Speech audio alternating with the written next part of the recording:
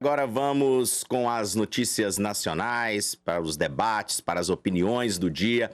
A gente começa com a notícia que o Senado Federal contraria a decisão do Supremo. Ontem à noite, em uma rápida votação, os senadores aprovaram o chamado marco temporal para a demarcação de terras indígenas, depois que o STF havia rejeitado a tese do projeto de lei, por considerar inconstitucional. Agora, a proposta segue para a sanção do presidente Lula. Foram 43 votos a favor e 21 contra. O marco temporal estabelece que os povos indígenas só podem reivindicar a posse de áreas que ocupavam de forma permanente até 5 de outubro de 1988, data da promulgação da Constituição. Se as comunidades não comprovarem que estavam nas terras nesta data, podem ser expulsas. O presidente do Senado, Rodrigo Pacheco, afirmou que a decisão não significa um enfrentamento ao STF, mas que foi um gesto natural. Ele observou que este tipo de tema deve ser tratado pelo parlamento. O relator do projeto, Marcos Rogério, teve a mesma manifestação. O texto foi aprovado pela Comissão de Constituição e Justiça ontem à tarde e não estava na pauta do plenário, mas com o pedido de urgência a matéria foi a primeira a ser analisada. O líder do governo no Congresso, Randolfo Rodrigues, afirmou que a presidência deve vetar os pontos polêmicos do projeto. Vamos saber a opinião dos nossos comentaristas sobre o assunto. Advogado Cairo Montelo, na sua avaliação, apesar da declaração aí do presidente do Senado, Rodrigo Pacheco, há um confronto hoje entre o STF e o Legislativo quando se trata dessa matéria? Existe sim, Rafael.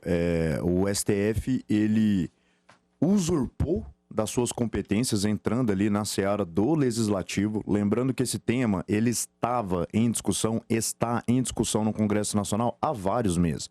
Foi aprovado na Câmara dos Deputados, passou para o Senado. No dia da votação do STF, estava sendo discutido na comissão, na CCJ, né, de Constituição e Justiça, e demonstra um excesso do STF nas prerrogativas, nas atribuições do Legislativo, e era importante esse posicionamento mais firme, mais duro, né, dos representantes do povo.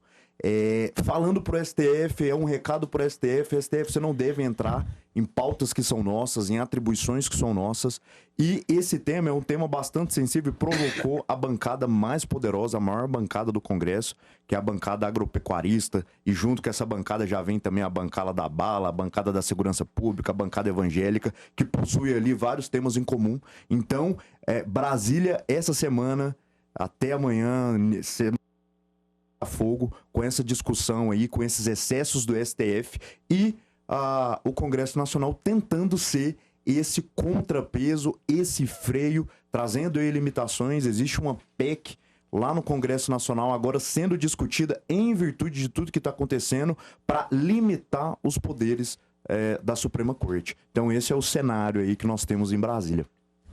Michel Magoo, qual é a chance dessa proposta não ser considerada inconstitucional, já que o STF já declarou isso e pode se manifestar novamente nesse sentido? Primeiro temos que destacar, Rafa, que o Senado é a casa revisora de leis. Nós vivemos num sistema bicameral, onde temos uma Câmara, um Senado, e o Senado cabe, de fato, nas suas competências, suas atribuições, revisar as leis conforme o seu entendimento, a compreensão, e claro, nós temos que saber como é formado o Senado. São 3 senadores por cada estado que representa o Estado das Nações, da nossa federação, da nossa nação. Então, concluindo essa parte de... vem o segundo ponto, que cabe ao Senado, de fato, regular o próprio STF, ao mesmo tempo questionar e, se em algum momento se sentir lesado pelas decisões e julgadas pelo STF, cabe ao próprio Senado fazer esses questionamentos, trazer essas discussões à tona, porque eles representam o Estado da Federação. Esse é um grande problema que nós, no Brasil, nós não tínhamos essas competências, atores, fatores bem resolvidos. Hoje o Senado está cumprindo o seu papel constitucional, principalmente porque uma causa que atinge os interesses da maioria dos estados e principalmente da força do agronegócio, da força do PIB, da força da economia brasileira.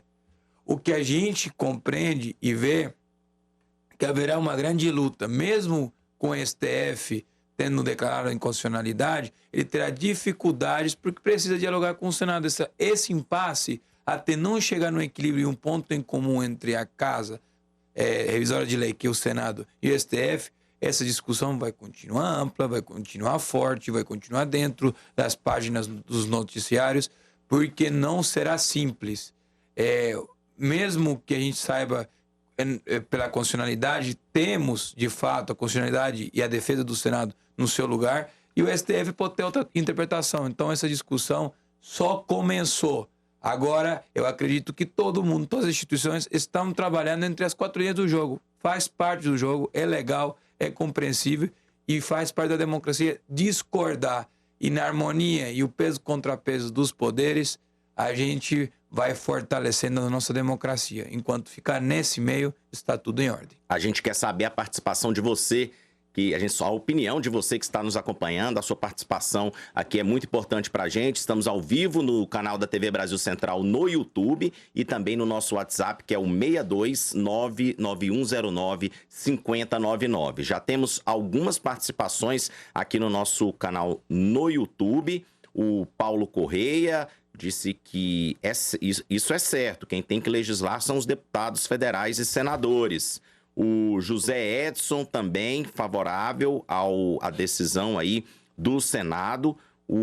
Vamos mais uma participação aqui. O Seguro Refúgio, que internauta que sempre se identifica aqui como Seguro Refúgio, ele fala que o problema é que a esquerda está iludida, que o STF está do lado deles, não estão do lado deles, não estão do lado deles porque, por enquanto, precisam da esquerda.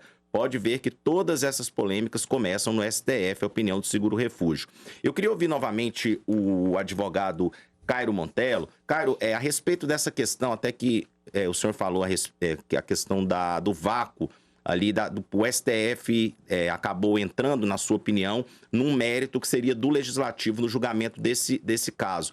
Mas não havia um vácuo ali legislativo com relação a essa questão da demarcação de terras, porque a gente, na Constituição, por exemplo, a Constituição não é clara quando fala a respeito de qual seria a data para que as populações indígenas, as comunidades indígenas possam ocupar determinadas terras. Não haveria muito mais um vácuo ali legislativo, por isso o STF teve que intervir? Rafael, durante a promulgação da Constituição, essa foi a tese fixada e não houve discussão. Em 2009, em um processo que envolve, se eu não me engano, uma terra em Santa Catarina, houve uma retomada dessa discussão desse tema e o que foi fixado foi a tese de 88, que foi decidida agora pelo STF, foi que essa tese não vale, né? A demarcação ali através de terras que já estavam na posse dos indígenas em 88, isso acabou caindo pelo STF. Agora, entrando na sua pergunta, primeiro que a Casa, que é a Câmara dos Deputados, que são os senadores, já estava discutindo esse tema há vários meses. Cairo, mas poderia ter sido discutido antes. Mas a decisão de não trazer à tona, de não discutir, também é uma decisão que pertence aos representantes do povo. Se os representantes acham que esse não é o momento certo, o momento oportuno, para trazer esse tema à baila, à discussão, às vezes porque é um tema que está em constante mutação na sociedade, ou porque a sociedade ainda não está preparada para esse tipo de discussão, e essa filtragem ela passa pela autonomia do seu representante e do meu representante, que são os deputados federais. Para mais participações aqui, o João Lima, do Setor Bueno, na avaliação dele, o Senado está chegando meio tarde nessa discussão. Nessa questão de marco temporal, o Senado só foi provocado, opinião do João Lima. Temos mais algumas aqui, do Pedro Paulo de Souza. Ele disse que demorou demais para os deputados e senadores tomarem uma decisão. Eles estavam acovardados, segundo o Pedro Paulo de Souza. Rafael, eu também só queria defender pelo menos uma parte do Senado Federal, porque esse tema o presidente da casa segurou esse tema por um tempo, e a gente sabe que muitas das pautas, projetos e propostas são segurados pelos presidentes da Casa Legislativa.